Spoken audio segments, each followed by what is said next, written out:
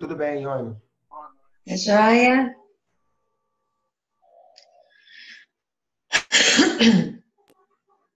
Ei, Ione, tudo bem? Tudo jóia, e você? Beleza. Só Vou pode. esperar até 8h10, aí começa a palestra, que é geralmente o que a gente Ok. está fazendo é assim. Uhum. Imaginei. Boa noite, Flávio. Ainda mais que ainda mandei a senha errada, tive que retificar agora e tal. Vamos ver se o pessoal consegue entrar. Boa noite. Ei, professora Tudo Patrícia, bem? né? Isso, Patrícia. Patrícia. Tá bom? Tudo ótimo. E você? Beleza. Quem mais que cumprimentou aí agora que eu não vi? Boa noite, Flávio Mazano. Telmo, Ô, Mariana. Theo, tá bom? Tudo bem Que contigo? bom que você está aqui, meu irmão. Estamos juntos. Hoje eu estou no celular, então aqui tá complicado, viu? Mas tá bom, tá legal. Aí eu vou... Eu sou seu fiel seguidor. Nós estivemos juntos ontem e hoje estamos aí de novo. Gostei de sua palestra ontem, viu, Flávio? Olha, você viu? Vi um te viu lá, não? pedacinho, não. Foi meio corrida, porque aquele programa ali eu dava em 4 aulas, sabe? Mas deu para ilustrar. Deu bastante, bem divertido, adorei. Não, e o negócio é o seguinte: quando você vai treinando aquilo dali, o problema é que você começa a ficar com um senso crítico tão grande que você começa a ficar chato e rir dos outros. Tá entendendo? Então, você tem que se policiar, porque senão ninguém consegue conversar com você. Aí você fica interpretando tudo, né? Não, é verdade. Ontem, durante sua palestra, você ficava sorrindo, aí eu entendi por que você ficava rindo. Você conseguia perceber as falácias de cada um, principalmente no jornal, né? A gente vê muito esse tipo de expressões, de colocações. Eu achei muito legal. Pois é, e o que acontece? Você conhece as pessoas pelos erros de raciocínio. Uhum. Então, a pessoa começa a fazer o discurso dela para te convencer de determinadas coisas, você passa a conhecer o perfil da pessoa pelos erros de discurso dela. Aí você vê, não, esse cara aí, bicho. E aí se você for um cara manipulador, você começa, esse cara aí, ele gosta da autoridade. Então, se você se apresentar com argumento de autoridade, você convence o cara. Não, esse daí, aqui dali é um barato, bicho. É um barato.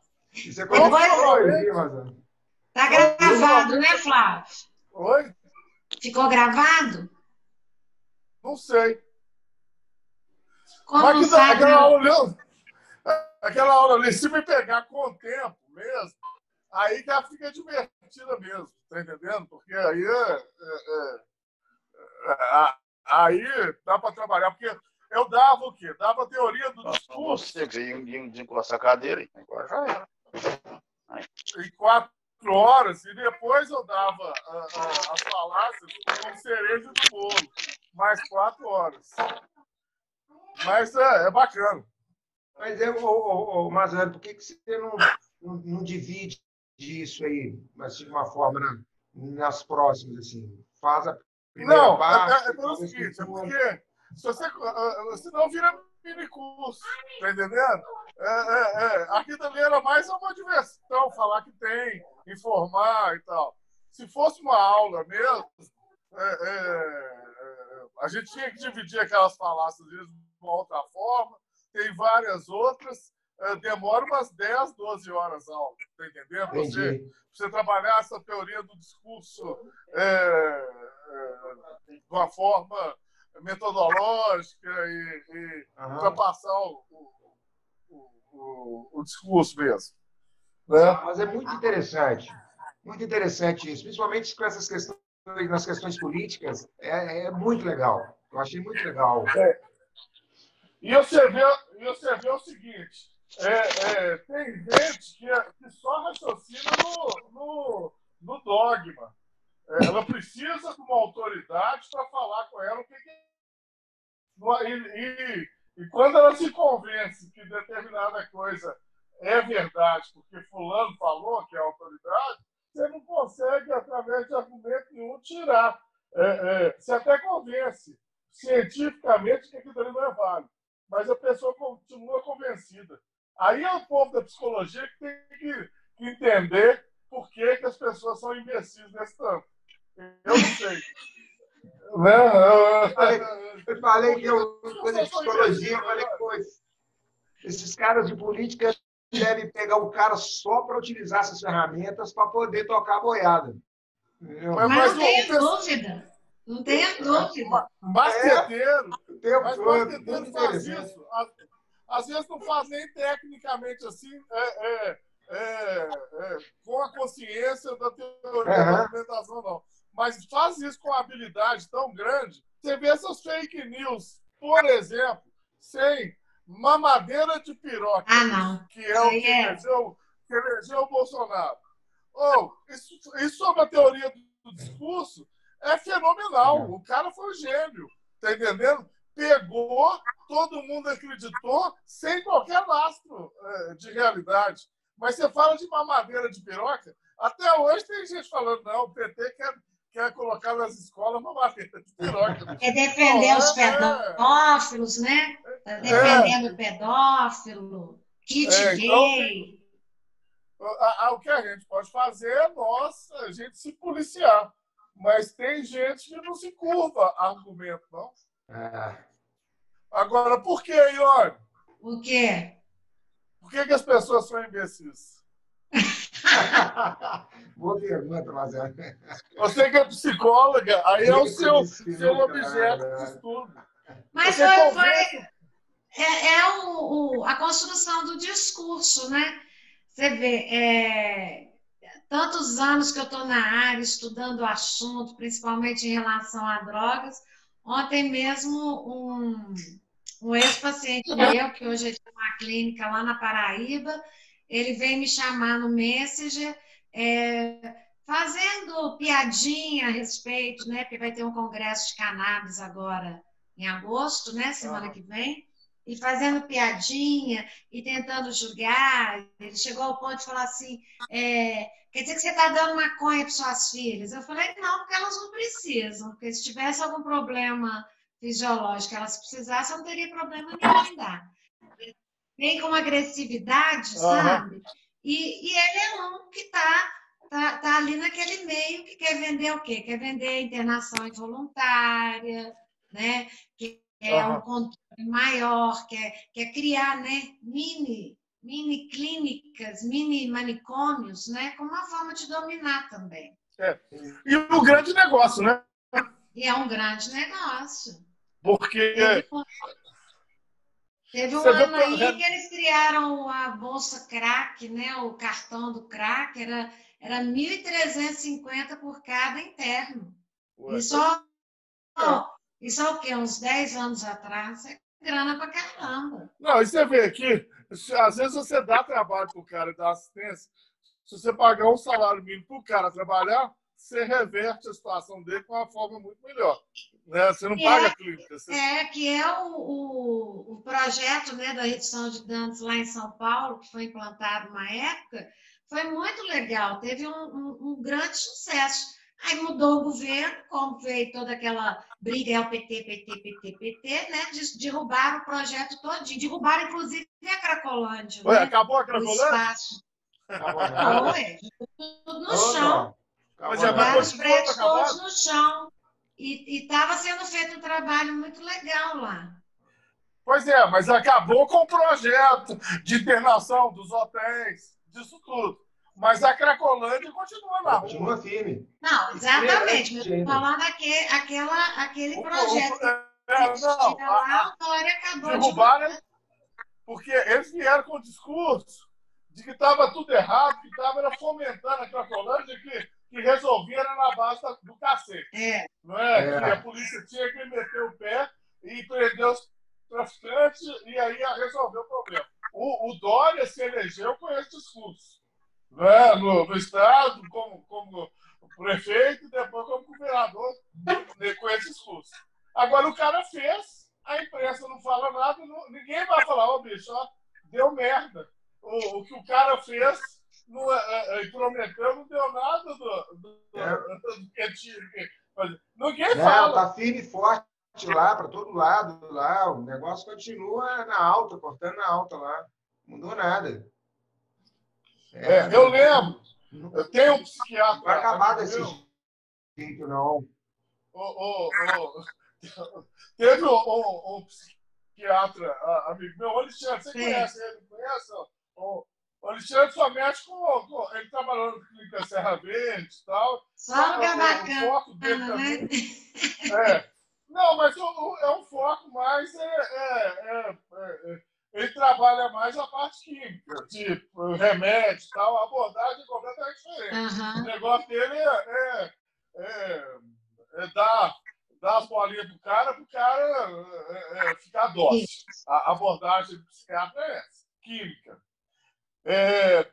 Ele falou que uma vez ele não aguentou um juiz que chamou ele para fazer o laudo e que o juiz só ficava ameaçando o drogado. Porque isso, vou fazer, vou acontecer, vou isso, vou aquilo, vou aquilo outro. E de repente ele não aguentou falar aqui. Deixa eu falar com o senhor. Não adianta o senhor falar com ele desse jeito. Se eu falar aqui, ó, amanhã os braços para você não usar mais droga e o cara achar que é certo, você pode vir para a serra aqui porque vai vir drogado. Não é do jeito que você está falando, não é na porrada. Você não põe medo em quem não tem medo, né? Não adianta. Essa ideia de que através do medo, da repressão, vai resolver o problema, você não põe medo em quem não tem medo. Verdade. Você tem que trabalhar não sei, mas o que eu acredito que o medo ele está relacionado com a perda. Então, se você já está na bosta, você não vai ter medo de perder mais nada. Tá entendendo? Você está lá na Cracolândia, bicho. Você está todo fudido. Seu corpo está fudido, sua mente está fudida, sua família já te abandonou. Você vai ter medo de quê? De morrer? Morrer é um alívio. Pelo contrário. Pelo contrário. Aí você tem que trabalhar o valor, bicho. Dá para você resgatar e você voltar a ter o que você tem que ter medo de perder. Porque a gente tem medo de perder o que tem. A gente não tem medo de perder o que não tem, não. Exato. Eu tenho medo de perder 10 milhões, não. Eu queria perder 10 milhões fácil. Até no jogo. Eu não tenho medo de perder, não. Vamos lá, vamos começar? Bora lá. Bom. Quem vai gente, gravar aí?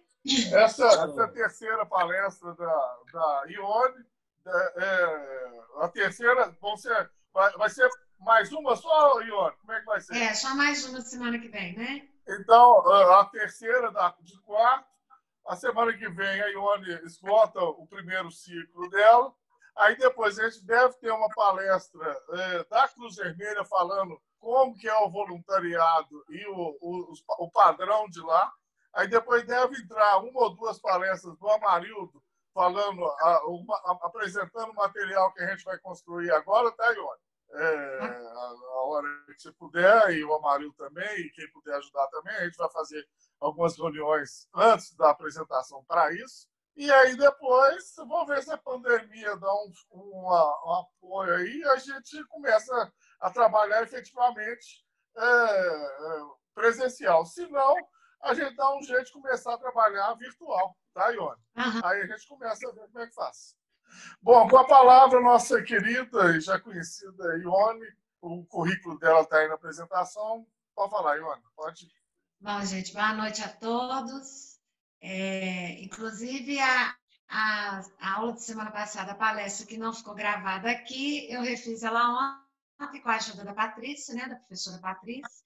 Depois vocês dão uma olhadinha e ver se ficou bom.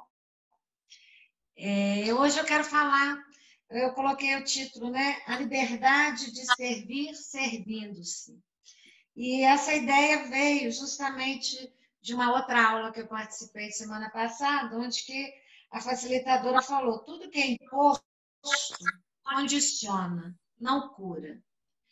E nós que pretendemos cuidar, né, ajudar, facilitar aqueles que realmente querem fazer uma mudança na própria vida, querem, de alguma forma, ter controle sobre as suas compulsões, eu volto a dizer que nós precisamos primeiro ter um olhar para nós. Quando nós nos colocamos à disposição de facilitar, de estar em contato com a pessoa que tem um problema, primeiro a gente tem que olhar para a gente. Primeiro nós temos que olhar como que nós lidamos com os nossos problemas, como nós lidamos com as nossas compulsões. Quais são as nossas compulsões? Porque, vou dar a notícia para você, mas todo mundo tem algum tipo de compulsão. Como eu já falei anteriormente, algumas compulsões são até aceitas, algumas compulsões são até incentivadas, né? Como é o caso do nosso amigo Flávio, que já se colocou aqui como workaholic, né? Um trabalhador compulsivo. Então, ele serve muito bem, porque aí ele fica criando trabalho para todo mundo, né? A maioria dos que estão aqui já participam de muitos movimentos que ele faz, e isso é de alguma forma positivo, e serve à sociedade, e serve muito bem. Mas outras compulsões realmente vão causar danos para a própria pessoa e para quem convive com ela. E é essa que nós vamos ficar mais atentos, é essa que a gente vai tentar justamente aprender a lidar. Porque todos que se dispõem, até teve uma pessoa, não sei se ele já está aí, o Soter, né? Que até que depois da palestra ele falou, olha, não vou trabalhar nisso não, porque eu não dou conta. Não é bem assim, né? A proposta é justamente a gente se trabalhar para que a gente possa realmente se ajudar primeiro, porque a empatia, ela não surge só desse nome bonito, né? Empatia é se colocar no lugar do outro, mas antes de colocar no lugar do outro, eu tenho que pensar o que eu vivencio. Igual a Renata deu a sugestão, né, querida? De experimentar, abdicar de algo que gosta muito, né? De se abdicar do açúcar, para eu realmente compreender o que acontece quando eu digo para o outro que ele tem que largar o objeto de prazer dele, aquilo que dá prazer. E quando eu busquei essa frase, né? A liberdade de servir, servindo-se. Então, quando eu realmente encontro em mim, consigo trabalhar em mim as minhas questões, isso se torna algo prazeroso. Aí sim que eu vou criar mais condição, aí sim que eu vou poder praticar, facilitar de forma empática, ou seja, sabendo o que eu estou realmente, o que o outro está sentindo, que eu vou poder ajudar de uma forma mais eficaz. Eficácia, né? Porque a gente fica muito preocupado em eficiência, a eficiência está muito ligada a números, a quantidade. E eu já falo de cara com vocês, olha, não vamos preocupar muito com números, não, e sim com fatos. Porque muitas vezes a gente quer um resultado muito grande e pequenos avanços já valem a pena. Pequenos avanços que acontecem na vida de uma pessoa já valem a pena. E não só o resultado final. Muitas vezes eu já atendi, né, nesses 30 anos, vocês podem ter uma ideia de quantas pessoas que eu já atendi, tanto no consultório, quanto na comunidade terapêutica, nas reuniões de família semanais, eu já atendi milhares de casos. Eu já ouvi milhares de histórias. E o que me traz muito contentamento não é falar, olha, fulano largou as drogas. Não, fulano hoje trabalha, já não me traz tanto problema, está dando conta da vida dele, eu não me preocupo mais com isso, porque eu estou vivendo a minha vida. Como bem relatou Renata e outras pessoas que já vieram aqui, que virão ainda estar aqui com a gente, quando eu percebo assim, pequenas evoluções. Então, são através desses pequenos prazeres que a gente pode estar, sim, buscando esse caminhar para uma solução maior.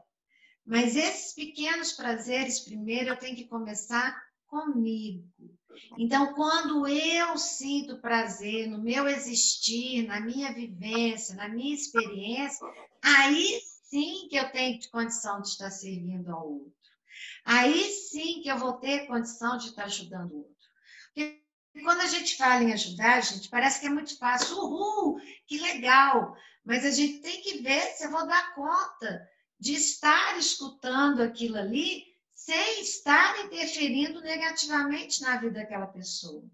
Quando a gente iniciou, o Flávio, inclusive, deu exemplo, né, de falar em ameaça, falar em colocar medo, falar de morte, falar de perda. A pessoa já perdeu tanto. Se ela morrer comendo, ou se drogando, ou fazendo sexo, ela vai morrer feliz. Porque aquela é a fonte de prazer. Quantos casos nós já ouvimos aí de pessoas que vão até o êxtase sexual, teve até aquele famoso, tem um ator aí, eu não esqueci o nome dele agora, mas que morreu lá no hotel porque ele fez uma prática sexual que é, né, de enforcamento e a coisa passou do limite. Então, não adianta você pôr medo numa pessoa que vai ao extremo daquilo que ele considera o prazer. Não adianta eu falar que apostar, né? Como bem o Flávio falou que agora apostar 10 milhões. Quem tem 10 milhões para apostar não está com medo de perder nada. Eu que tenho medo de falar apostar 100, perder 100, aquilo ali vai me incomodar. Mas se eu tenho 10 milhões, eu vou estar com medo de perder o quê? Sabe? Então, nós temos que primeiro olhar para nós. E esse exercício de olhar para nós é que vai também desenvolver em nós o prazer de estar servindo, o prazer realmente de ajudar o outro. Tá? Porque a gente não pode vir com esse olhar também, como eu já falei na primeira vez, na segunda, e vou repetir todas as vezes que for possível, com drama, com trauma. Ai, porque eu vivi isso, eu quero trabalhar nisso, porque meu pai era alcoólico, então eu vivi isso, então eu quero resolver a vida dos outros. Minha mãe era obesa, então eu quero resolver a vida de quem come de forma compulsiva. Isso não vai funcionar dessa forma, porque aí nós vamos cair numa coisa que acontece em todo o trabalho assistencial, que é a transferência.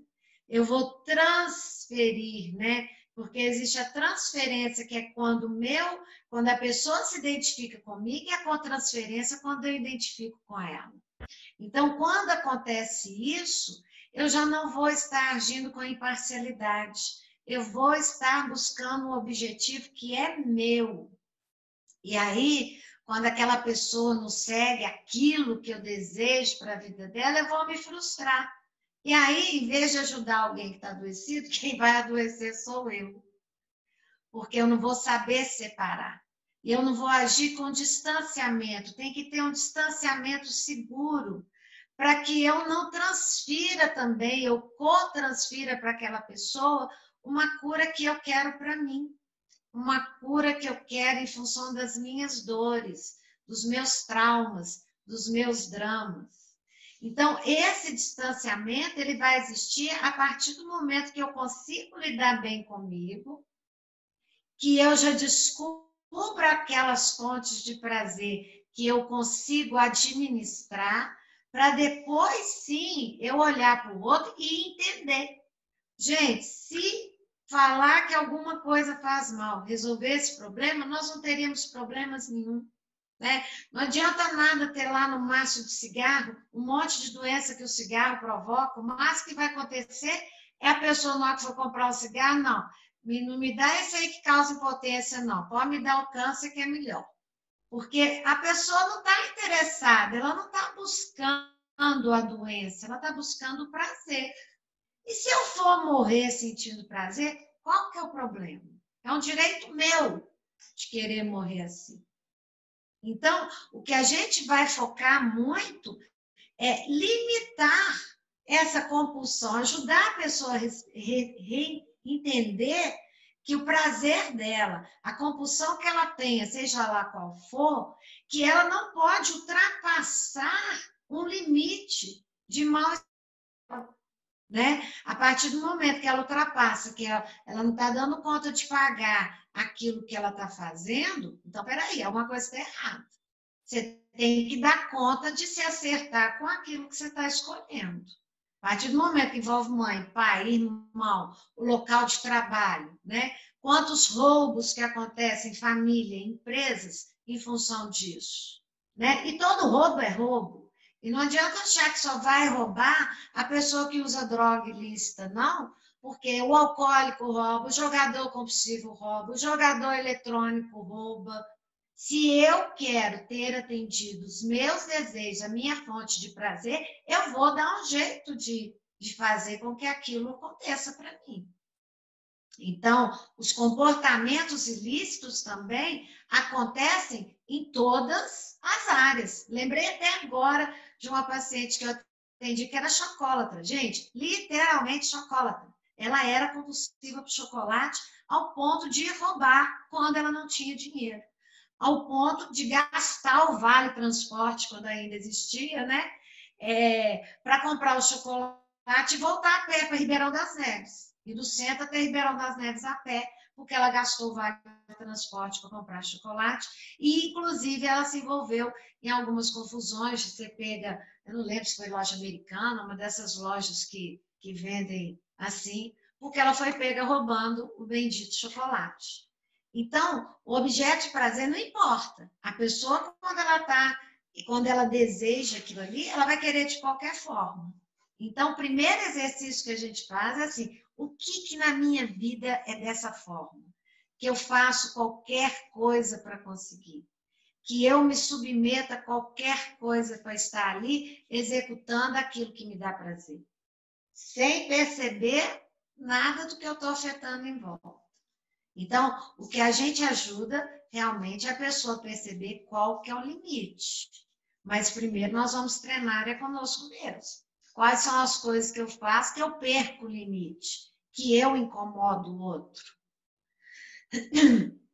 Como eu usei na outra aula, que eu não falei semana passada aqui, mas gravei ontem no vídeo, o caso da fofoca, né? Não sei se vocês viram o caso que aconteceu aqui em Belo Horizonte, que o rapaz foi denunciado porque ele prendeu a mãe em casa, que morava no mesmo terreno que a família, por conta de fofoca. Ele trancou a mãe em casa, sem telefone nem nada, porque se ela saísse ali na área comum do condomínio familiar, ela criava confusão, fazendo fofoca. Sabe? Então, quantos comportamentos compulsivos que nós não percebemos e que são tão danosos quanto o outro. Por isso que eu estou sempre chamando a atenção de vocês, a gente colocar todas as compulsões no mesmo parâmetro. Não ficar elegendo qual que é pior, não.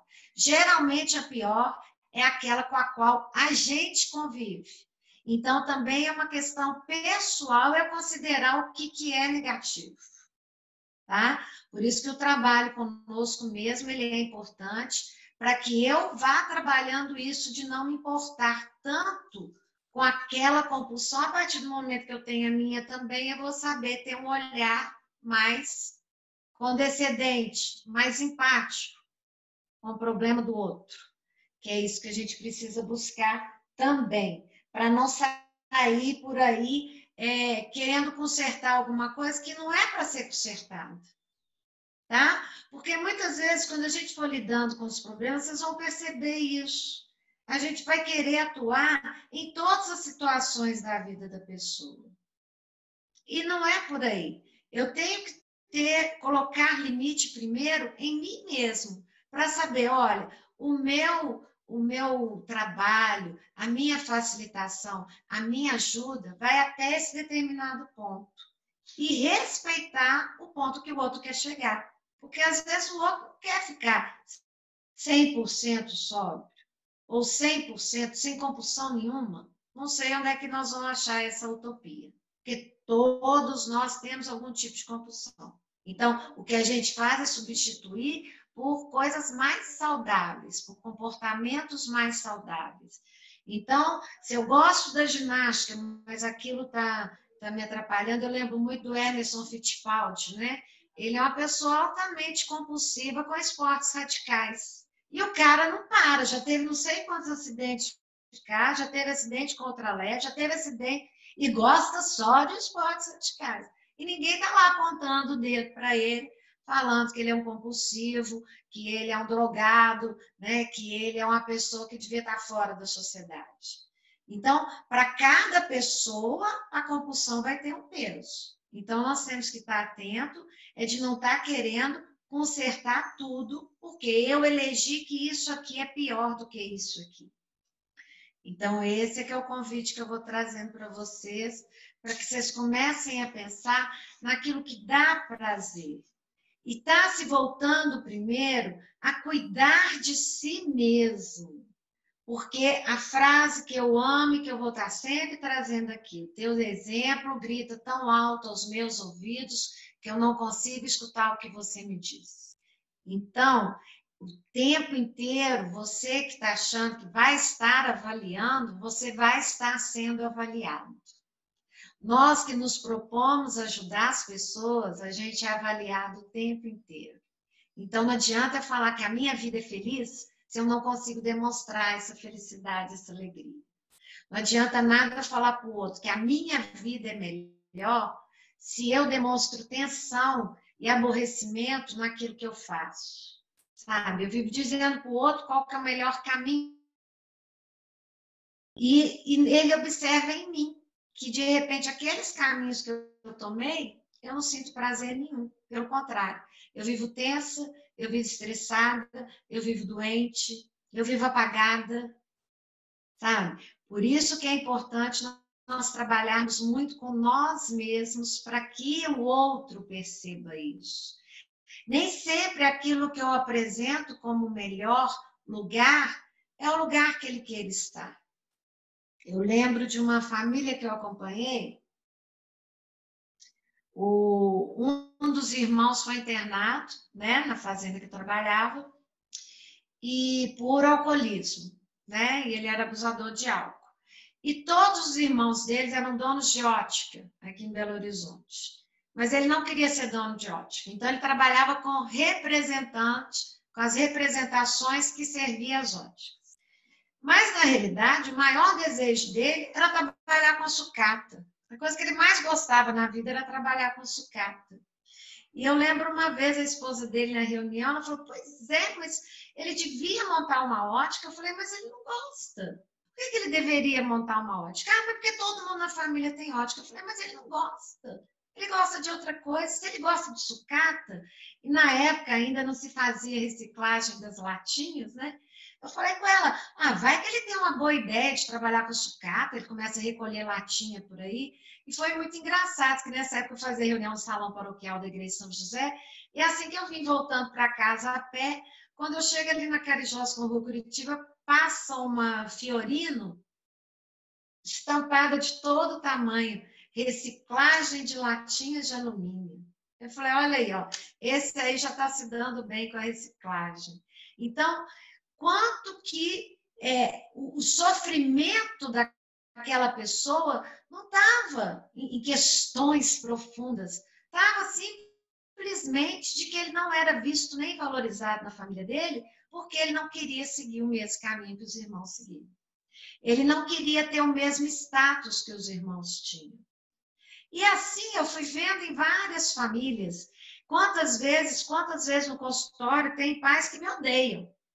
Porque quantas vezes que eu ajudei os filhos a mudar de curso, porque eu percebia de cara que aquela pessoa estava fazendo um determinado curso universitário, estava frequentando uma faculdade para dar um diploma para os pais, e não fazendo realmente algo que gosta. E depois a gente tem aí engenheiro que deixa cair prédio, médico que violenta paciente porque não está na profissão realmente, e por aí vai. Então, quantas vezes aquela pessoa está no sofrimento, não por conta desse vazio imenso que a gente imagina, mas por coisas simples, porque precisa tanto estar aqui, pertencendo àquela família, aquele sistema, daquela forma, e ele não dá conta de dizer não.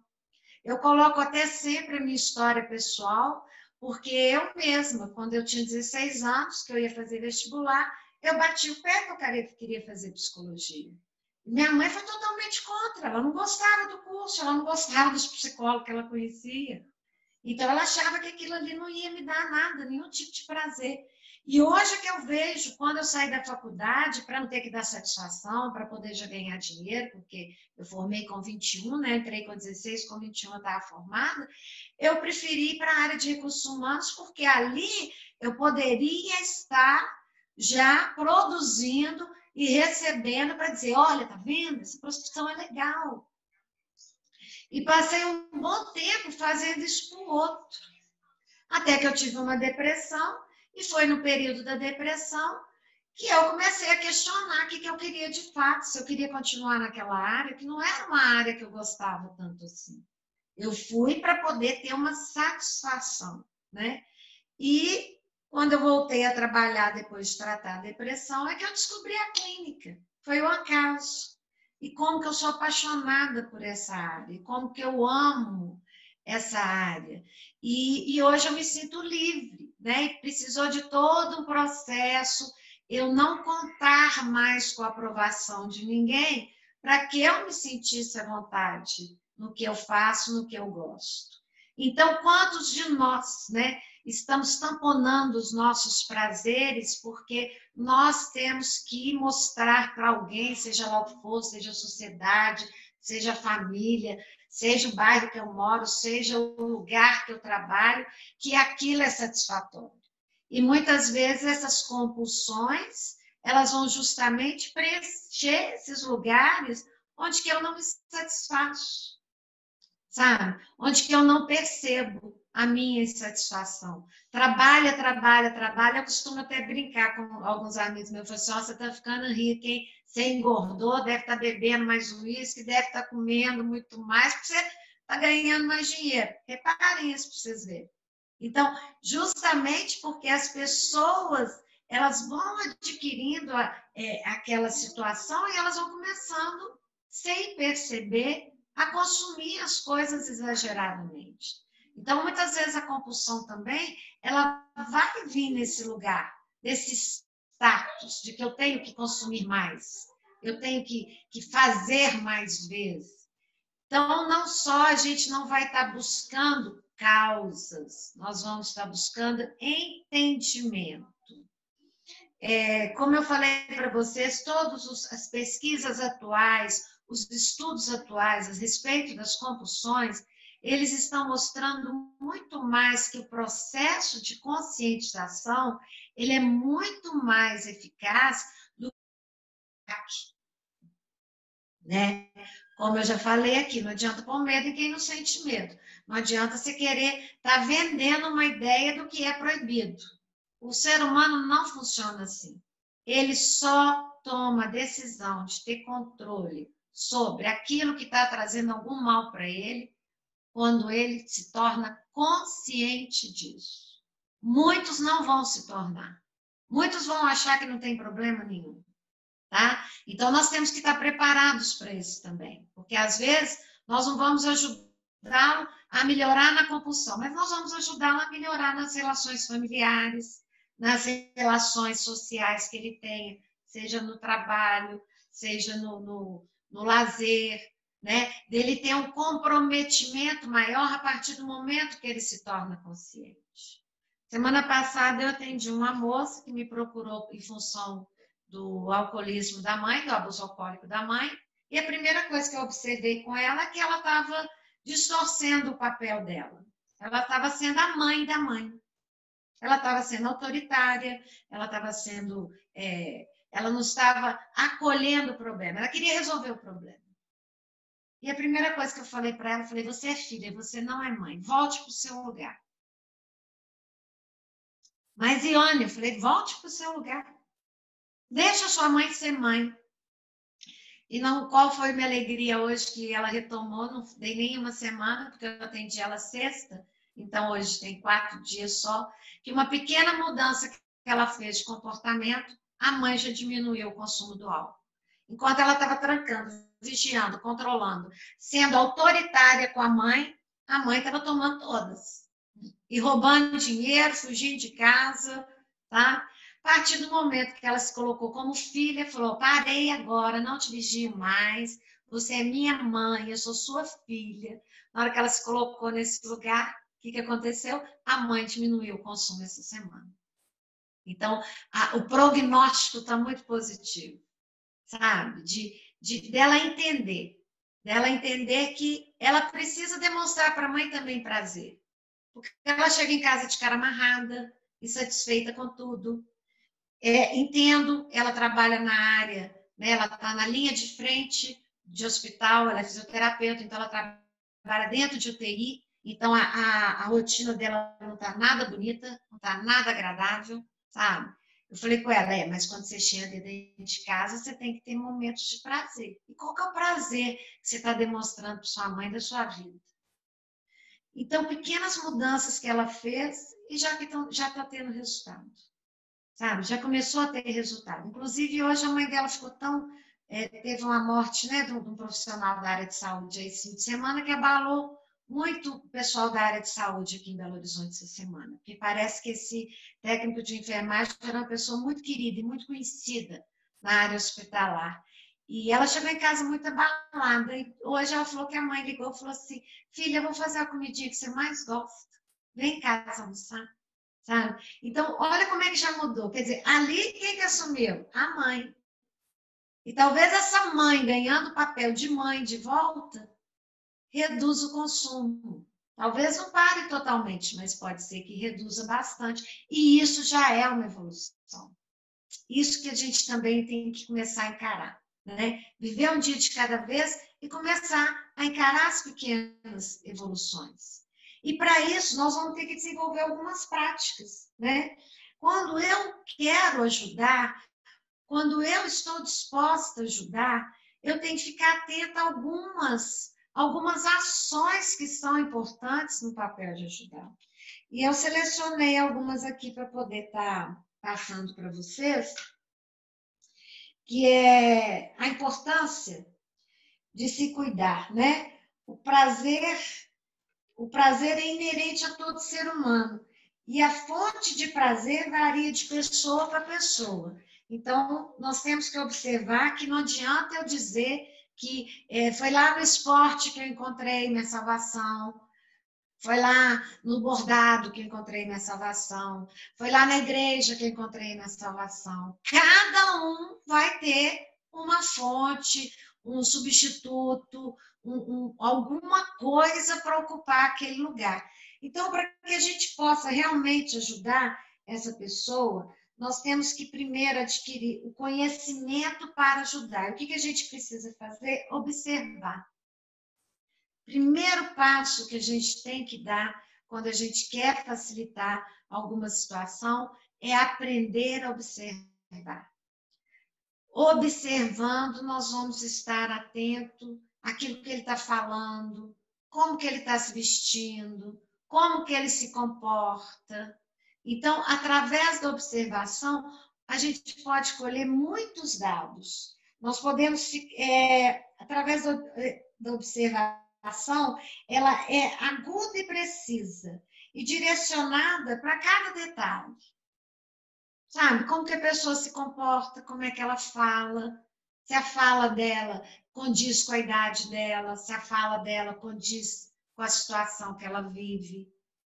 Lembrem-se, né? Já falei na semana passada dos mecanismos de defesa psíquica, das manipulações que acontecem. Então, para que a gente possa perceber, primeiro nós temos que observar. Junto com a observação, nós vamos ter a percepção. A percepção já é algo mais sutil. A percepção é quando eu realmente me entrego para estar naquele lugar. Então, o perceber, ele é muito... A ação, ele é mais limitada. Mas o perceber, ele vai ser um pouco mais sutil. Eu vou perceber cheiros, eu vou perceber cores, a partir do meu mundo, mas eu tenho que estar sempre vendo, eu estou percebendo a partir de mim ou a partir do que o outro está apresentando. Então, a observação junto com a percepção é que vão estar criando condições, que vão estar me dando formas para eu poder compreender. A compreensão é a terceira ação que a gente tem que ter. A compreensão ela vai surgir a partir da observação e da percepção. Aí eu começo a compreender melhor. A compreender do lugar onde eu estou e do lugar que o outro está trazendo. Vou dar outro exemplo que, por exemplo, uma pessoa foi contar para a mãe que ela estava fazendo um processo legal em cima de um problema de pele que ela tinha tido uma ideia, então ela lançou no Instagram falando do problema, como que ela está enfrentando. Ela falou, Ione, minha mãe começou a chorar. Minha mãe tem vergonha. Eu falei, não, querida, é porque a maternidade, existe uma cobrança social muito grande em função da mãe. Então, quando um filho expõe um problema de saúde, a mãe se sente culpada de não ter resolvido aquele problema, porque eu não sei onde é que escrever aí que mãe tem que resolver tudo. Então, a mãe se sente envergonhada porque ela não conseguiu resolver aquele problema. Ela se sente envergonhada porque o filho fez algo errado. Porque a nossa cultura, a sociedade, cobra demais da mulher. Tanto que vocês veem que a maioria dos palavrões que existem são referentes à mulher, né? Pai não é xingado, não. E a maioria dos pais é muito ausente e não é nada cobrado em relação, principalmente, a questões de saúde de um filho. Então, quando eu falei isso para ela, nossa, agora eu entendi por que ela chorou. Eu falei, porque ao expor o seu problema de saúde, que ela não conseguiu resolver desde a sua infância, ela se sente culpada. Então, ela não está chorando de vergonha, ela está chorando de culpa. E, de certa forma, de alguma vergonha de ter exposto que ela falhou como mãe, né? Porque bendita a hora que disseram que mãe tem que consertar tudo, né? Para não dizer outra coisa. E mãe tem que consertar é nada. E mãe não é culpada, não. Né? Semana que vem, quando eu for falar um pouquinho da visão sistêmica, vocês vão entender isso, que é perfeitamente, né? A perfeição da imperfeição dos pais. A perfeição da imperfeição dos pais. É isso que nos leva à evolução. Se tudo fosse muito corretinho, a humanidade já tinha acabado, gente. Então, a evolução da vida, ela vem através da imperfeição, ela vem através dos erros. Se todos tivessem essa perfeição, que é tão glamorizada, que é tão exigida, que é tão propagada, a humanidade já deveria ter deixado de existir. Porque que graça que tem estar numa coisa que funciona, né, de uma forma tão linear, né? Então, a nossa vida é como as batidas do coração. Ela vai ter altos e baixos, ela vai ter acertos e erros. Quando o coração para de bater, é porque morreu. Então, quando a humanidade chegar nesse lugar que todo mundo imagina de perfeição, é porque já morreu, já não tem mais nada a ser feito por aqui. Então, nós temos que lidar com a imperfeição com alegria, porque a imperfeição é que move a evolução. O que já está perfeito deixa de existir, tá? Após a gente pensar na compreensão, né, que pressupõe observação e percepção, elas se compõem o todo, tá? A gente passa para a intuição, que é afinidade com a compreensão. A intuição, ela vai ter afinidade com a compreensão. Então, muitas vezes, nós vamos perceber que vai vir alguma dica, alguma coisa, que pode estar até fora do contexto ali. Isso é intuição. Quando a gente observa, percebe, compreende, a gente está mais apto a intuir, a justamente ajudar Às vezes tem uma frase boba. Quantas vezes que eu lembro uma reunião que eu estava falando, gente, a gente tem que cuidar da codependência. Enquanto seu familiar está lá internado, se tratando, se trata aqui fora. Porque senão vocês vão estar tão viciados, tão ligados em cuidar do outro, que vocês vão catar cachorro doente na rua. E qual foi a minha surpresa, na hora que terminou a reunião, uma moça me procurou e falou assim, dá para você me dar o seu cartãozinho? Eu queria te procurar para ir lá no seu consultório, porque na hora que você falou que quando a gente fica livre do problema, a gente acaba caçando até cachorro doente na rua, eu já peguei 2. Eu falei, sério? E muito doente, senhora. Porque o irmão estava internado, ela não tinha o que fazer. A vida dela era em função de cuidar dos problemas que a mãe não dava conta. E foi muito belo o trabalho com essa moça, porque eu mostrei para ela que ela, né, nessa época, eu nem conhecia a visão de Hellinger, mas já conhecia a visão sistêmica de que cada um tem que fazer o seu papel. Irmão é irmão, mãe é mãe, pai é pai. Ah, mas minha mãe não faz nada. Sinto muito. Sinto muito.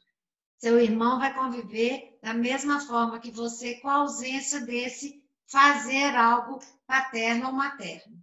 Você é irmã, vai cuidar da sua vida, vai cuidar do seu casamento, quem sabe até ter os próprios filhos. E foi mó barato que essa paciente combinou a viagem com o marido, eles fizeram um mochilão pela Europa, e quando ela voltou dessa viagem, alguns meses depois, ela estava grávida e teve o primeiro filho, teve a primeira filha, né? E é muito legal você ver quando você se permite isso, né? Cuidar da sua vida, cuidar de você. Então, muitas vezes a intuição vem assim, por que eu fui falar de cachorro? Por que eu fui falar de cachorro naquela reunião? Foi uma intuição, observando o comportamento daquelas famílias, né? Percebendo, compreendendo, eu intuí soltar uma dessa ali no meio. Então, a gente pode usar também da intuição como uma ferramenta que vai nos direcionar para uma ação.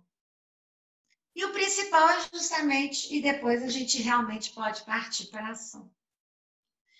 Então, e as ações vão estar ligadas àquilo que eu estou observando, compreendendo, tá?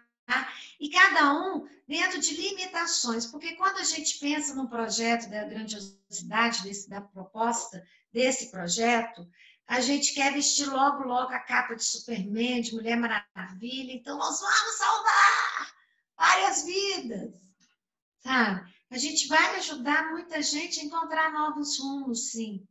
Mas lembre-se que nós não somos salvador de nada. Nós somos a única pessoa que a gente salva de fato é a gente mesmo. Porque se o outro não estiver disposto a fazer alguma mudança, ele não vai fazer. Tudo que você fizer, objetivando, cuidar da vida dele, ele vai boicotar. Ele vai ir contra. Por quê? Porque é o processo de conscientização. Então, ele é que tem que perceber as coisas que ele precisa mudar. Mas eu sei que é gratificante, sabe? Vocês podem ter certeza que mais do que essas pessoas que a gente pretende ajudar, quem mais vai ganhar com esse trabalho somos nós mesmos. É uma coisa que eu agradeço todos os dias, né? Tudo que eu tento passar, quanto mais eu tento passar, mais eu aprendo. Eu estou adorando fazer essas reuniões, mas eu estou sentindo a maior falta justamente da interlocução, é de ser interrompida, é de que o outro fale, porque eu aprendo muito. Tudo que eu estou trazendo para vocês hoje, não encontrei só nos livros, pelo contrário, tem livros que dá vontade de queimar. Não queimei não, que eu acho uma heresia. Eu não quero ser a controladora. Mas tem muitos livros que eu já li que não fazem sentido nenhum.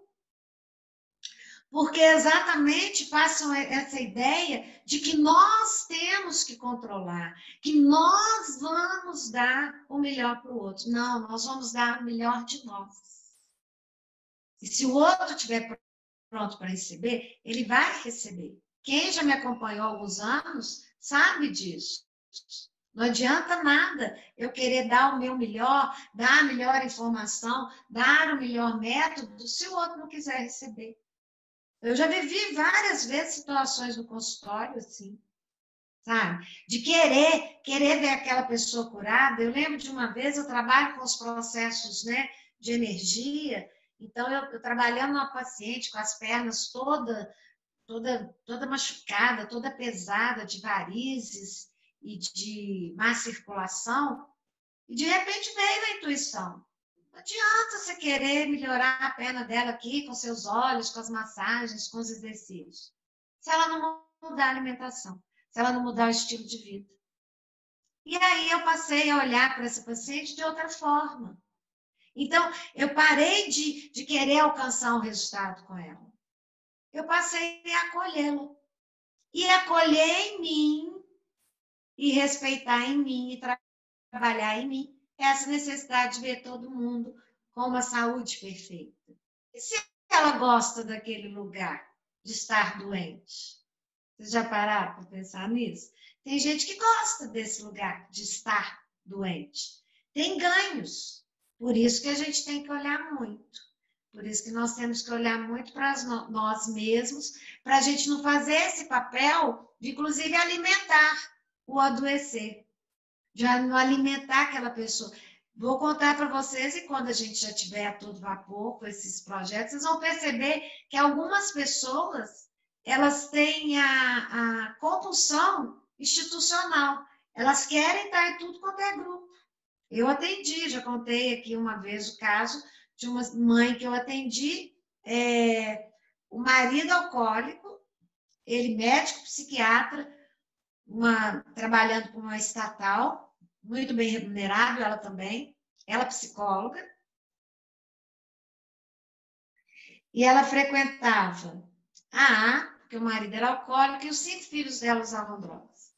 Ela frequentava o AA, ela frequentava o Alanon, ela frequentava o Naranon, o Amor Exigente, MADA, Neuróticos Anônimos, e ainda que não era um grupo de apoio, né? Porque eu, como psicóloga, eu dirigi o grupo. E era uma pessoa que queria realmente melhorar? Não. Ela queria estar em cada um desses grupos, dando manutenção ao drama na vida dela. Se ela realmente quisesse, né, melhorar, ela estaria procurando outras coisas, estaria procurando um grupo de forró, talvez, para dançar, para cuidar da vida dela, sabe? Mas ela estava sempre inserida em grupos que só tratavam de dramas. Então, ela era uma compulsiva por dramas. Mas, Ione, você não tem pena, porque os filhos usavam droga, o ex-marido alcoólico. Não, porque se ela tivesse buscado realmente melhorar, talvez melhorasse essa situação na casa dela. Mas ela gostava tanto do drama que eu não sei até que ponto que ela era mantenedora daqueles problemas. Bom, esse era o recado que eu queria dar hoje.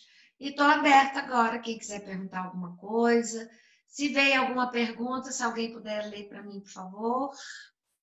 Vamos aí, quem quer abrir o microfone, quem quer falar. Renata, senti só a falta de falar alguma coisa, viu? Inclusive das suas anotações, tá? Já que semana passada não foi gravado, ficamos contando com as anotações. Então, Ione, semana passada eu estava muito cansada, eu não consegui ficar até o final, foi uma vergonha. Mas eu não consegui ficar, sabe? Mas hoje eu já fiz bastante, hoje já tem 1, 2, 3, 4 folhinhas, e é bom demais. Sabe o que é bom? Eu vou lendo isso aqui e vai sempre somando, né? Igual hoje, assim, você sabe que eu sou apaixonada por grupo, né? Então, agora eu prestei atenção nesse negócio. Prestei atenção nesse negócio aqui, gente. O holofote ligou aqui, ó.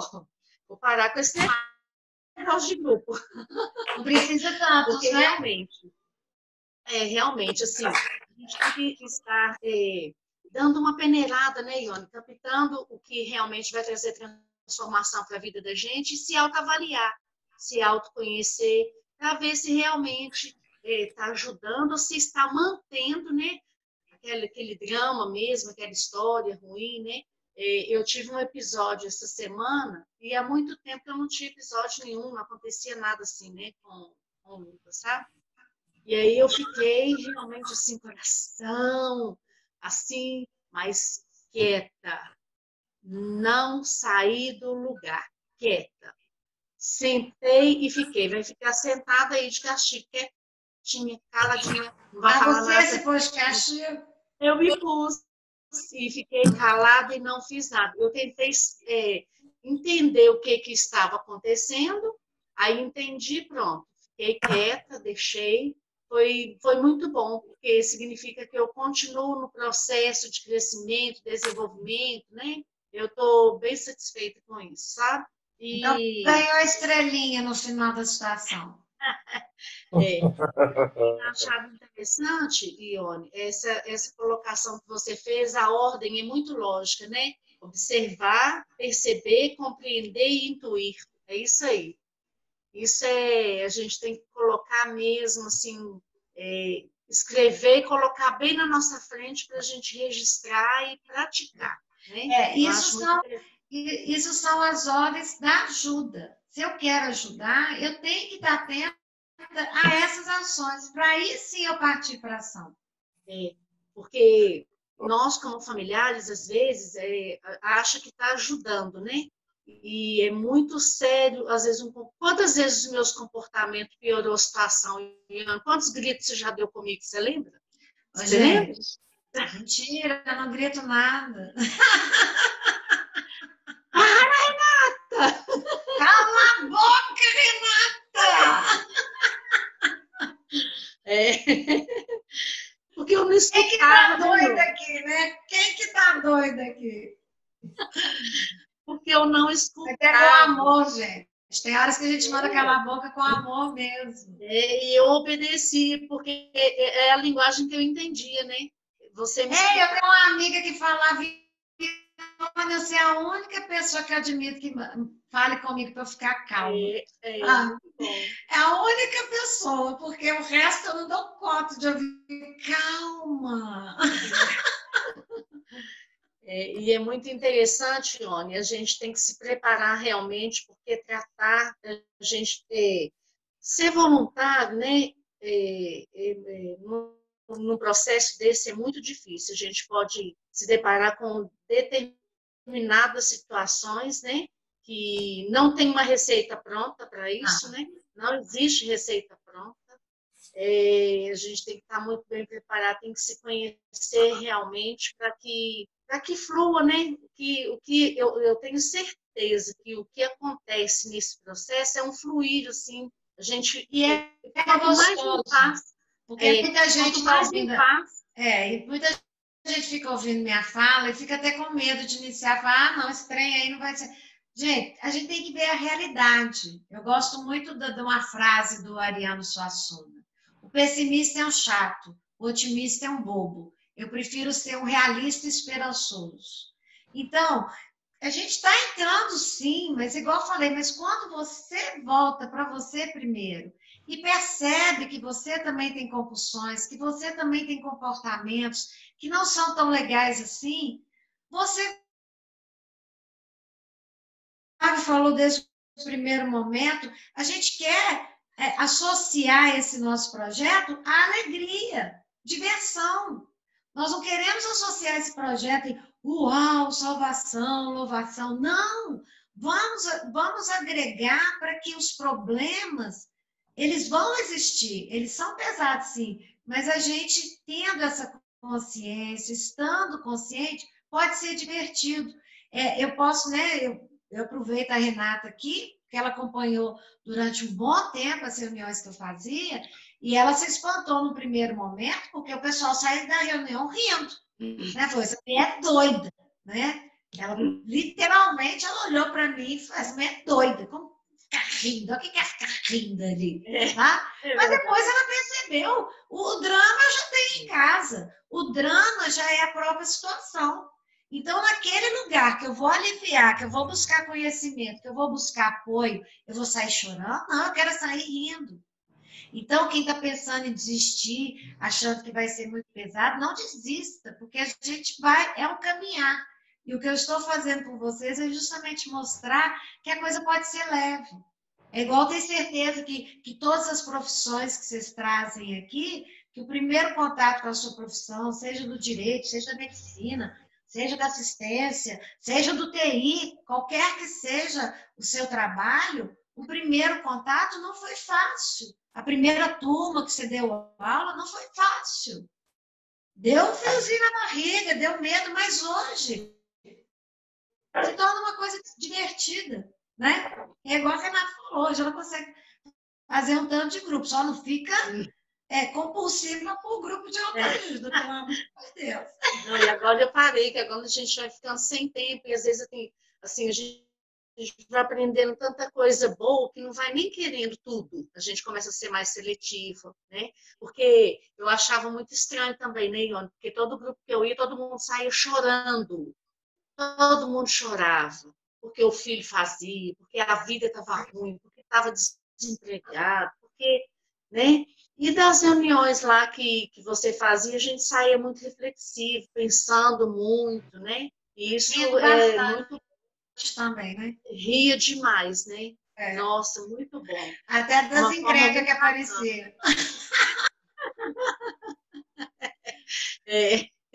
Alguém mais quer falar, gente? Tem alguma Eu quero, Ione. Fala Ione, eu queria que você abordasse um pouco, que é uma questão que, para nós da área jurídica, a gente acaba tendo que conviver com isso. A gente não aceita, não, mas trabalho.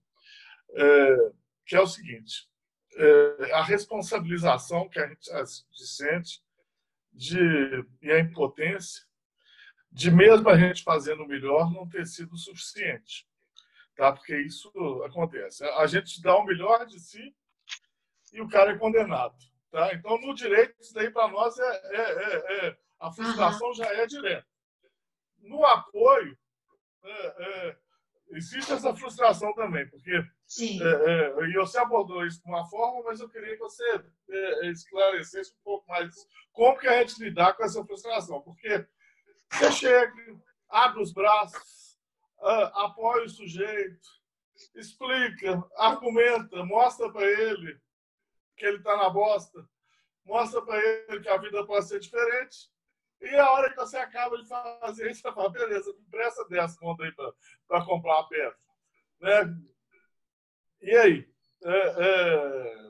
Pois é, Flávio. É igual eu falei, primeiro nós vamos ter que trabalhar na gente essa resiliência, sabe? Porque é igual eu te falei, às vezes a gente projeta para o outro algo que ele ainda não dá conta. Não quer dizer que ele não vá atingir. Mas, por exemplo, ele virar para mim e falar, eu já tive situação de paciente me ligar domingo de manhã e eu estou aqui em Belo Horizonte, fui roubado, será que você pode pagar a passagem para mim, não sei o quê, sabe? E eu sabia que ele estava mentindo. Ele veio para BH, usou muita droga e que aí ele queria dar um golpezinho. E eu simplesmente respirar fundo, porque por um segundo eu pensei, nossa, vou ajudar, ainda mais eu que moro pertinho da rodoviária, né? Não, sinto muito. Que pena. Você me pegou sem dinheiro, não dá para eu te ajudar. Sabe? É engraçado. E entender que é o processo dele, sabe? Porque eu não posso amarrar o meu contentamento com o sucesso que eu expecto para o outro. Porque, às vezes, o sucesso para o outro, por exemplo, igual essa moça falou comigo hoje, minha mãe já bebeu menos. Nossa, eu fiquei numa alegria. A mãe dela ainda não parou de beber, mas já bebeu menos. Aquela minha paciente que tomava 4 garrafas de vinho, ela bebeu só 2, já bebeu menos. Isso é um avanço. Entendeu? Ela, pelo menos, não está criando problema. Semana passada atendi ela, falou, não, Ione, semana eu bebi mais. Não foi legal. Eu falei, mas mexeu no WhatsApp? Brigou com muita gente? Não mexi no telefone. Eu falei, então já teve um alívio. Entendeu? Que a gente vai aprendendo que o passo não é o que eu almejo, mas é o que a pessoa dá. Entendeu? Porque é igual eu falei, Flávio, olha, o ser humano é assim. Não tem aquela coisa linear. Nem aquele que faz uma cirurgia bariátrica, acho que foi a Fernanda que trouxe o caso de alguém, amiga dela, que fez a bariátrica, que agora está bebendo excessivamente. Então, assim, a gente espera, poxa, emagreceu 50 quilos e agora está se estrepando. Ela é compulsiva. Então, não adianta fazer a cirurgia bariátrica se não tratar a compulsão. Se a pessoa não perceber que ela precisa cuidar primeiro do comportamento para depois fazer um processo, vai ficar perdido mesmo. Então, por exemplo, eu já não atendo pessoas que querem fazer cirurgia bariátrica para emitir laudo. Eu preferi me abster, porque eu vejo depois a pessoa sofrendo tanto com aquela cirurgia, tendo tantos outros problemas de funcionamento orgânico, né? Fica debilitada para isso, para aquilo, que eu não quero fazer parte disso. Eu prefiro propor para ela uma reeducação alimentar. Tratar primeiro a compulsão. É lógico, tem casos onde que a obesidade mórbida, mas eu tenho visto absurdo de gente engordando para ter o peso ideal para fazer a cirurgia. Poxa, sabe? Não era mais fácil passar por um processo de reeducação, sabe? Tá aprendendo, tem tantos métodos, tem tantas linhas terapêuticas aí que podem ajudar a pessoa a ter uma vida mais saudável. Então, é um processo de conscientização. Então, não é pensar no que o outro não conseguiu, é o que eu estou expectando. Porque, às vezes, também eu estou colocando tanta expectativa na evolução ou no sucesso do tratamento do outro, como forma de compensar os meus insucessos. Por isso que eu hoje estou voltando, mais uma vez, para nós. Para que a gente compreenda. Entendeu? Ficou esclarecido? Beleza. Beleza? Tem alguma pergunta aí? Alguém escreveu? Não. Eu passei seu telefone aqui na lista, viu? Ok. Pode ligar de meia-noite às 3 horas da manhã, ela adora receber ligação, viu? Não vai ser atendido, porque nesse ponto aí, ó, só se já for paciente, olhe lá. Se eu perceber que está sob efeito, eu não atendo, não. Vai ter que pagar a consulta primeiro. Então, tem nenhuma pergunta? Alguém quer falar alguma coisa? Então, a gente vai ficando por aqui, Flávio. Hoje foi o suficiente? Só lembrar ao pessoal que semana que vem nós temos mais uma palestra. O nosso companheiro, o irmão meu, Murilo, ele está colocando no YouTube, lá no grupo eu vou colocar, ele está colocando os links para os vídeos, tá, Ione? Não sei qual é o nome que a gente criou ainda e tal. E se alguém quiser propor, fazer alguma palestra, alguma abordagem, por exemplo, se tiver advogado do grupo quiser fazer uma abordagem jurídica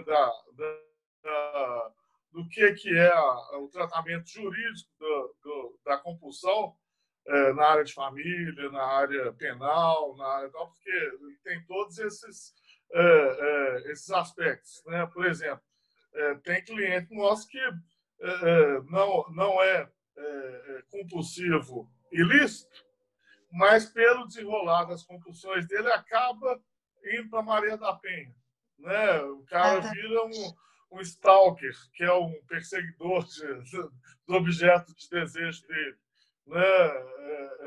Então tem várias compulsões que esse aspecto jurídico não é só. Então, se ninguém se propuser, acaba que eu vou fazer. Mas se tiver alguém aí que quiser abordar isso, é melhor. A Patrícia também, ou então outro psicólogo do grupo, se quiser fazer uma palestra também, a gente programa. E se alguém quiser, tiver algum tema de relevância que queira apresentar também, será muito bem-vindo. Tá? A questão da frustração de quem está apoiando, Ione, essa daí, lidar com as frustrações é difícil. Né? Treinamento, né? É treinamento, é igual você.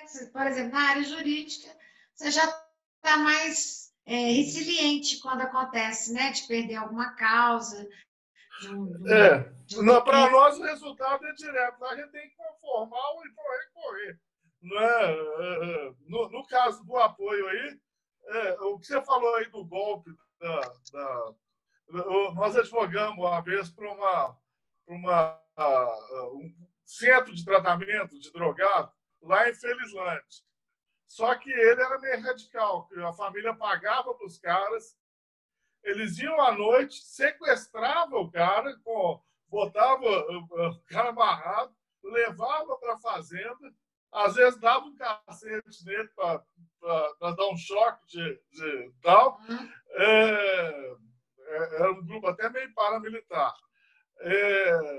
E o cara veio de Curvelo para cá, de carona com a gente. Ele veio de lá para cá contando todos os golpes que ele dava para pegar dinheiro das pessoas. Um dos golpes era da passagem, que falava que perdeu o ônibus, isso não. Beleza, deixei ele na rodoviária às 4 horas da tarde para ele pegar o ônibus para Valadares, ele tinha dinheiro e tudo. 9 horas da noite ele me liga do jeito que você falou, Ione. Eu estou aqui sem dinheiro, perdi o ônibus. Eu tive que dar uma debochada, porque eu também não aguento, né? Eu não sou psicólogo. Eu falei, bicho, você vai tentar aplicar em mim o golpe que você vem me contando de lá para cá? Liga lá pro Fabinho da clínica, que se ele mandar te dar o dinheiro, o cara me xingou assumindo o golpe. Olha que interessante. Você me fez lembrar de um outro caso. Era um rapaz até de aqui perto, Esmeraldas ou Igarapé.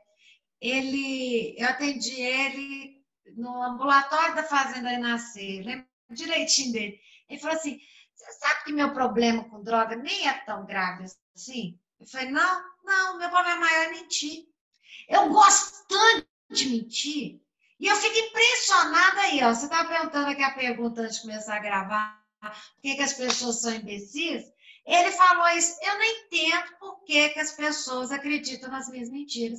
Eu já matei minha avó umas 15 vezes e peço o povo para me ajudar a pagar o enterro e eles me dão dinheiro. E eu tenho certeza que eles sabem que é mentira. Então, olha para você ver que interessante, né?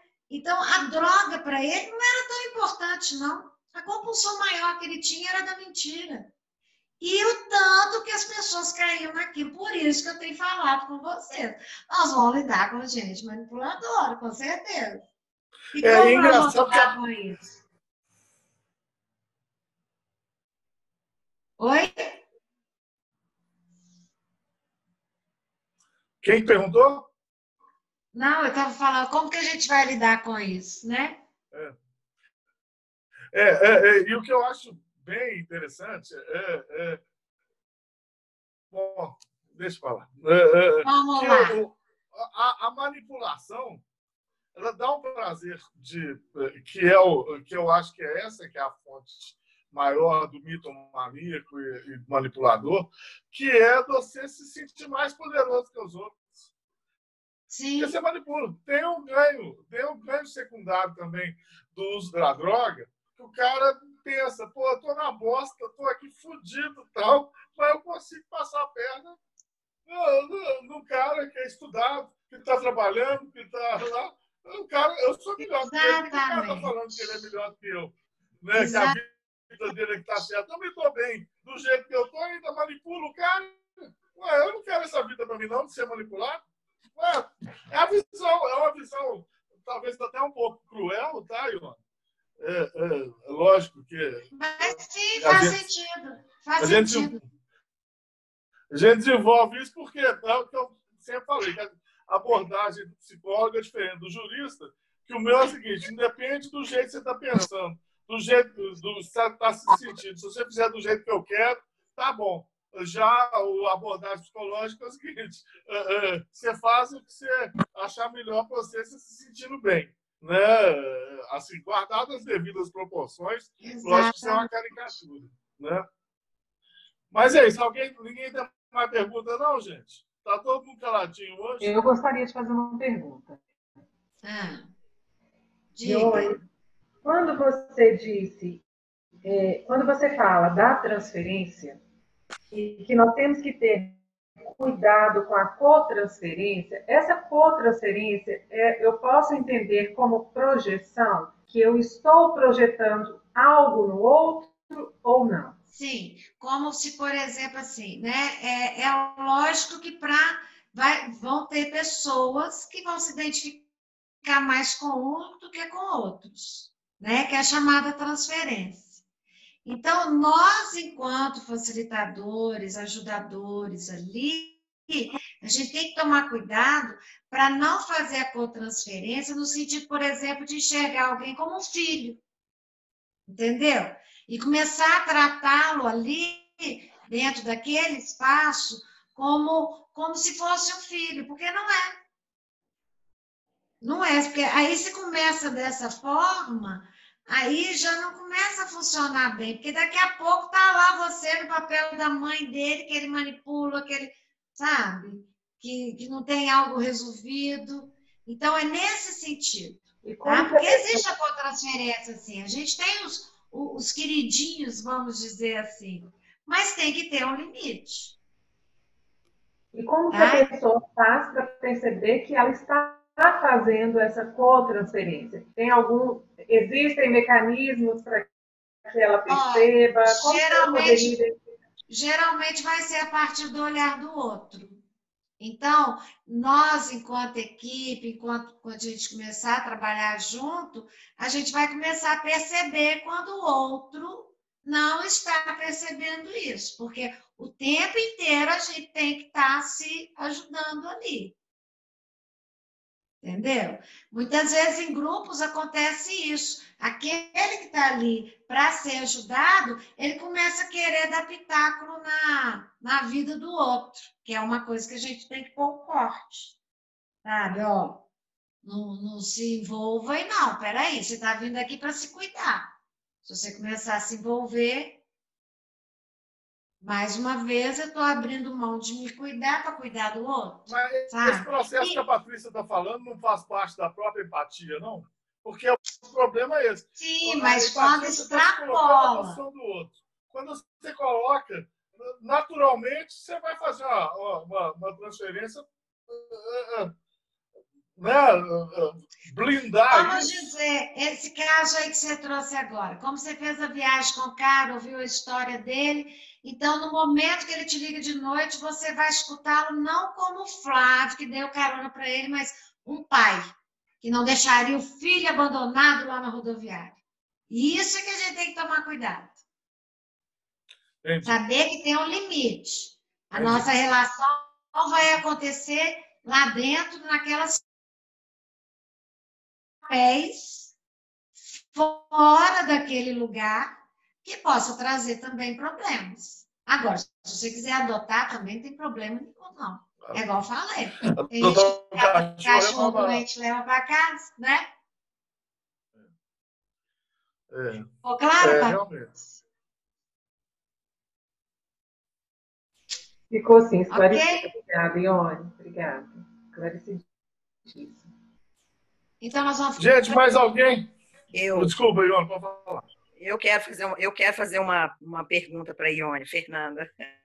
Ei, Fernanda, pode falar. Tudo bem, Ione? Boa noite para vocês todos. O que acontece? Seu vídeo não está ligado, não, Fernanda. Eu estou ouvindo bem, mas o vídeo não está ligado. Eu não liguei mesmo, não, estou de pijama. Tá. Eu não liguei, não, estou de pijama. Não, beleza, não tem problema, não. Ô, Ione, o que eu observei, assim, o que eu pude observar nesse tempo de, né, participando de grupo também de ajuda, de apoio, né, é que o pessoal da área, os que estão sendo ajudados, né, os alunos, por exemplo, né, que a gente está ali trabalhando com eles gostam muito de poder. É uma coisa que eu observei muito claramente neles, como eles gostam de ter o poder. Seja esse poder em qualquer situação você coloca, se você dá o mínimo de poder para eles, você começa a observar rapidamente o caráter dele. Mas, Por exemplo, Fernanda, mas, você que Fernanda, participou isso é das inerente ao clínicas, ser humano. Isso não mas é só, eu isso não observei é isso só muito mais intensamente nele, assim, na forma dele não, se não, comportar. talvez é porque quando a gente está trabalhando nessa área, quando a gente fica com um grupo específico, né, a gente fica vendo esses comportamentos mais exacerbados. Mas a busca do poder é inerente ao ser humano. Todos nós Mas temos esse desejo, temos essa sede, tanto que fala, né, que você vai conhecer realmente uma pessoa quando você der poder a ela. Porque mas aí faz parte da natureza humana querer esse poder, eu tá? sei. Não Mas é só com os penso assim, compulsivos, não. Não é o só com que os eu penso compulsivos. assim, igual você que já trabalhou dentro das fazendas, né, das clínicas, comunidades terapêuticas também. Por exemplo, geralmente tem comunidades terapêuticas que pegam um recuperando que está mais evoluído que o outro, num tempo maior, né, ali dentro ali, e coloca ele como um superior do outro, né, Isso. para cuidar. Eles, nossa, aquilo para eles é a coisa mais importante que tem. Eu não sei se isso faz bem ou se isso faz mal. Era isso que eu queria te falar, assim, que te perguntar se é uma coisa que é boa ou ruim. Eu tomo muito cuidado porque esse estilo de tratamento, ele é baseado no método Minnesota, que surgiu nos Estados Unidos. Só que o método Minnesota é feito em 28 dias. Inclusive, vocês assistindo aquele filme Cassandra Bullock, 28 dias, o tratamento lá é feito em exatamente 28 dias. E aqui no Brasil, somente Minas Gerais, que como eu falei desde a primeira vez, a questão familiar é muito forte, esses 28 dias se transformaram em 6 meses, 9 meses, 1 ano. Então, foram feitas adaptações, né? Porque em 28 dias, esse cargo, ele não toma as dimensões que acaba tomando quando você fica 6 meses, 9 meses, 1 ano dentro de uma comunidade terapêutica. Infelizmente, há muitas distorções nesses métodos que são importados. Porque uma coisa é você ver a cultura dos Estados Unidos da América, né? Você vê uma cultura estadunidense com a cultura brasileira. É totalmente diferente. Então, há muita distorção. Inclusive, o que a gente vê acontecer aqui é uma replicação de comportamentos de presídio em algumas clínicas, sabe? Onde que a gente vê um comportamento muito semelhante ao que acontece em prisões, sabe? Por isso que eu acho que teria que ser muito bem revisto isso. Por isso que há uma fiscalização, tanto do Conselho Federal de Psicologia, do Conselho Regional de Psicologia, em cima dessas clínicas, porque é uma importação de um método numa cultura que é totalmente diferente. Então, é até incentivado quando você fala nesse poder, né, eles acabam se tornando verdadeiros capitães do mato, né? Eles passam a ser violentos, eles passam a ser controladores, que eu não vejo como uma busca não é uma conscientização. Inclusive, gente, esses anos que eu trabalho com dependente químico, todos têm uma história de golpes que aplicaram dentro das clínicas. Quanto mais rigoroso, mais eles dão um jeitinho de burlar as normas, as regras, seja o próprio interno, seja o familiar. Não existe esse lugar de perfeição e de que todos vão agir corretamente, não. Tem muito. É um aprisionamento, né? O que a gente viu acontecer nos hospitais psiquiátricos. Né? É o que a gente vê acontecer dentro dos presídios. Eu vejo assim, eu acho que isso fomenta uma disputa muito grande lá dentro. Com certeza. eu não vejo uma disputa saudável, não, porque alguns, por exemplo, né, como eu já fui em várias clínicas, né, conheci vários ambientes, a gente vê que os reincidentes, por exemplo, aqueles alunos que já saíram, passaram por aquele período de recuperação, aí saem. Aí tem uma recaída lá fora, volta. Ele é um reincidente, ele quer voltar no patamar que ele saiu. Ele não admite, por exemplo, ele voltar como um aluno. Olha para você ver o que eu acabei... pelo processo. Olha que você vê que eu acabei de falar sobre como as clínicas no Brasil funcionam aos moldes de presídio. Olha os termos que a gente acaba usando. Reincidente, interno.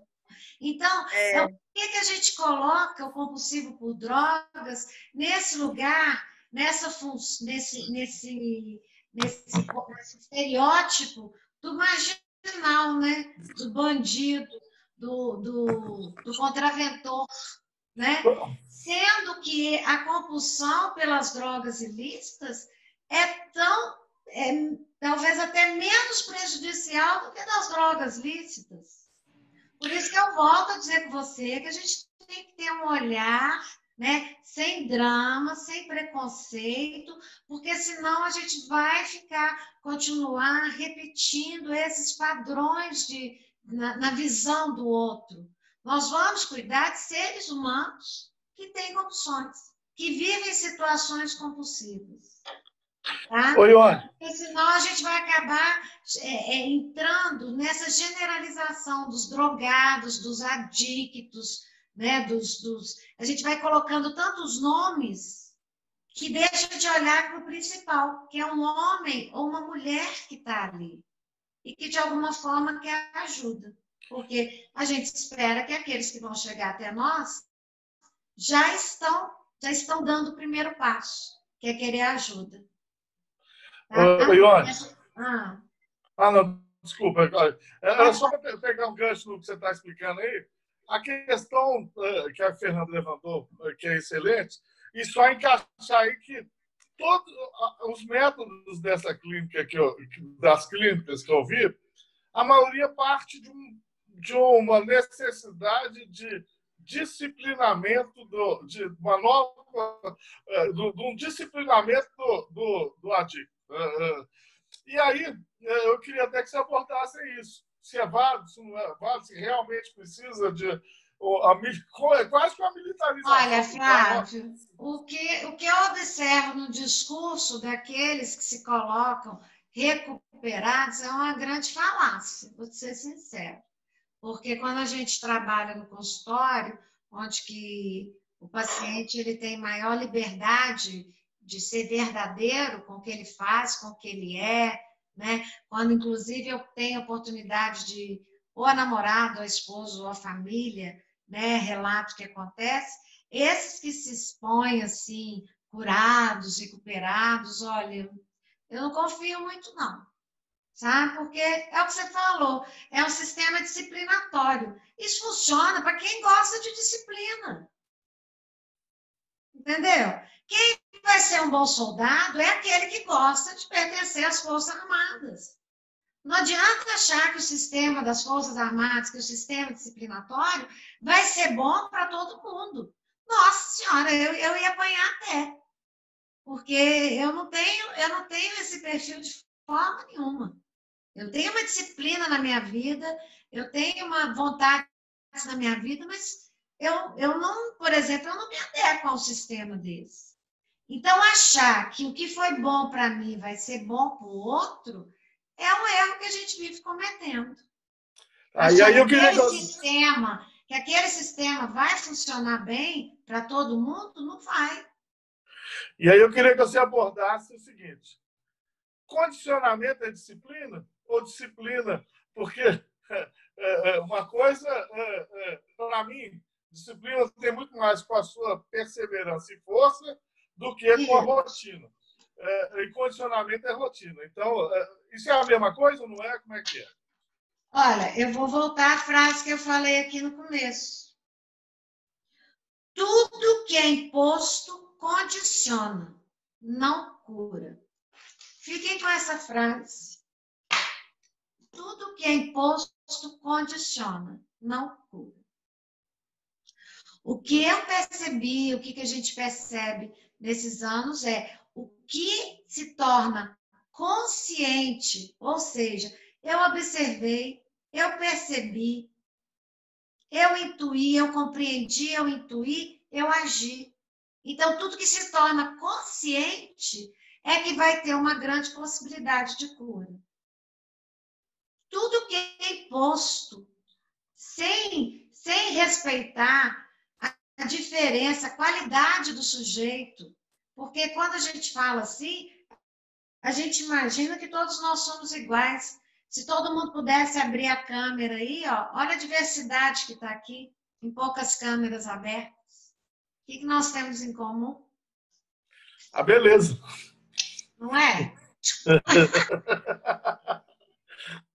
Então, e alegria. Só de olhar para essas câmeras abertas e perceber a beleza que existe em cada um, a estranheza que existe em cada um.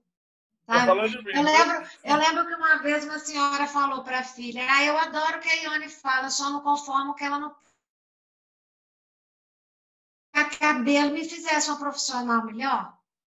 Gente, eu custei a descobrir que meu cabelo é lindo desse jeito, não me dá trabalho nenhum. Eu também. Hã? Eu também. Você está feliz com o seu cabelo? Citou, viu? Entendeu? Econômico. Não é? Não, beleza? Então, é isso que a gente tem que começar a olhar, né? Por que a gente quer padronizar todo mundo? Igual eu comentei outro dia, teve uma época que os portadores de síndrome de Down descobriram que eles têm milhares de capacidades e talentos e possibilidades e começaram a realizar cirurgia plástica para que eles perdessem a expressão da síndrome de Down. Olha que absurdo! Por que a gente não pode conviver com o diferente? Por que eu tenho que padronizar todo mundo?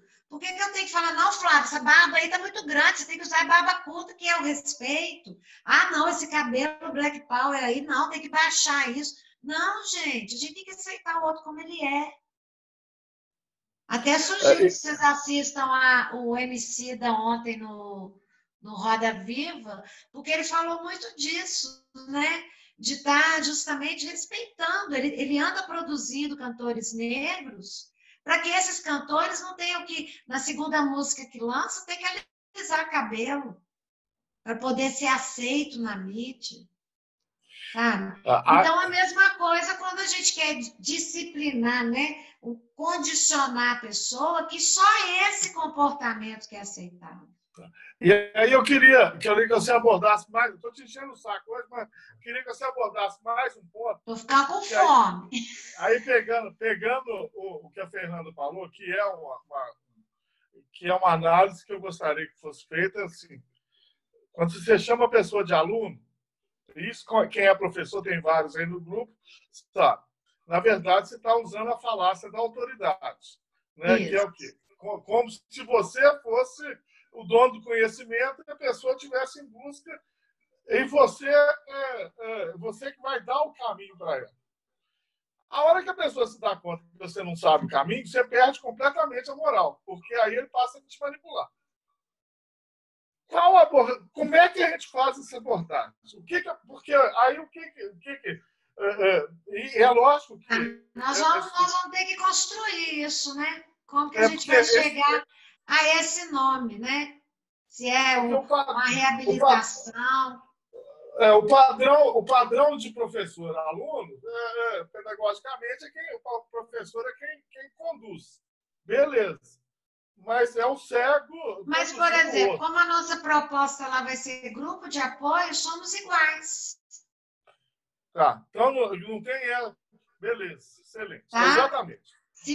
Por exemplo, se for um grupo terapêutico, vai ter que ter um técnico. Então, eu, enquanto psicóloga, quando eu faço um grupo, ele não é um grupo de apoio. É um grupo terapêutico. Pode ser de orientação, acolhimento ou tratamento, porque eu estou conduzindo como terapeuta, como psicóloga. Tá? Agora, a nossa proposta são grupos de apoio. O grupo de apoio somos todos iguais. Entendeu? Nós temos que aprender com isso. A base do AA, por exemplo, a base do NA é isso, são grupos de apoio. Lá são todos iguais. Algumas pessoas vão ter um cargo lá para poder o grupo funcionar. Mas lá não tem, ou o presidente do AA vai sentar à mesa. Não, é quem vai conduzir a reunião hoje, é o irmão tal. Entendeu? Tem uma igualdade. Então, o grupo de apoio ele pressupõe que nós vamos chegar ali como iguais, trazendo uma proposta. De apoio, não de cura. Gosto disso. Eu acho que até, isso até atrai, né? Não cria um distanciamento, pelo contrário, cria uma aproximação, né? Exatamente. Uma liberdade para aproximação. Então, só para dar uma sacaneada no grupo todo, nós todos estamos buscando nosso tratamento também, né? Exatamente. Mas, ó, isso eu estou falando desde a primeira, hein? Eu sei. Mas eu tenho que verbalizar o raciocínio, né? Então, o que é que passa por dentro da gente que a gente não pode contar para ninguém? Exatamente. Se quiser contar, estou às ordens, tá? Faço atendimento por videochamada, com sigilo. É um local preservado aqui em casa que eu posso atender, tá bom? Então, vamos encerrar, porque eu já estou com muita fome. Mas alguém quer aproveitar aí da oportunidade de perguntar alguma coisa para a Ione? Se quiser também, pode colocar lá no grupo, né? Pode, amanhã... Aí a gente pode ir conversando, igual aconteceu semana passada, né? Algumas questões que surgiram. Hoje coloquei o vídeo que eu gravei ontem e se tiver alguma questão, coloca lá que eu tento passar algum material. Inclusive, hoje eu coloquei um texto lá que eu escrevi há mais de 7 anos atrás, né? Que é Cuidado com o Cuidador, que dá um pouco dessa noção. Tanto o cuidado pode ser cuidado com o cuidador, mas também pode ser cuidado com o cuidador, que é esse cuidado que a gente tem que ter com a gente. Por isso que eu falei muito hoje do primeiro cuidem-se, sabe? Para depois cuidar. A gente precisa se cuidar com muito amor para poder conseguir passar isso para o outro. Porque muito mais do que direcionar a solução na vida de alguém, nós vamos ser exemplo. E o teu exemplo grita tão alto aos meus ouvidos que eu não consigo escutar o que você me diz. Ione. Ok?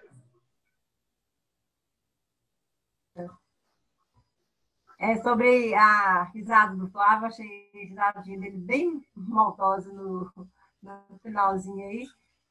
E falar sobre a seta descendente que a gente conhece, né? A seta descendente que é a gente, porque nós somos seres duais, somos luz, sombra, somos bons, somos maus.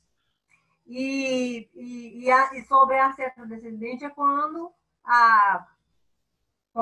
coloca a pessoa para ver o interior dela. Aí é onde ela vai conhecer que ela também tem os monstrinhos, né? Todos nós, as pessoas, quando chega então no consultório, então as pessoas pensam que é a vítima, né? É o drama, mas ela também tem os monstrinhos dela. Exatamente.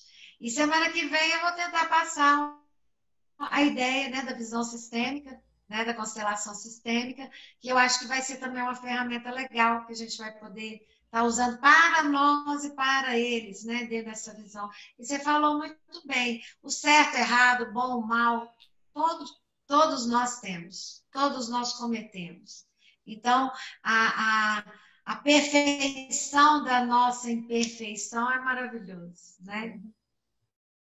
Um beijinho para todos. Beijo. Então, vamos encerrando aqui. Boa noite. Muito obrigado. Boa semana. Obrigada, Ione. Obrigada. Boa noite. Obrigada por vocês estarem aqui. Foi muito gostoso. Boa, gente. Valeu. Deus abençoe. Ô, Amarildo, depois você passa para o Murilo para ele colocar lá no canal, tá? Eu te passo o telefone do Murilo hoje, que aí ele edita para a gente e põe lá no canal. Ficou ainda a questão da gente montar uma vinheta, uma logo do grupo e tal. Isso aí depois a gente dá uma olhada, tá bom? Tá ouvindo aí, Amarildo? Show de bola, Flávio. Pode deixar. Então, beleza. Obrigado, Amarildo. Falou, Boa valeu. noite. Obrigado, gente. Valeu, Flávio. Um abraço.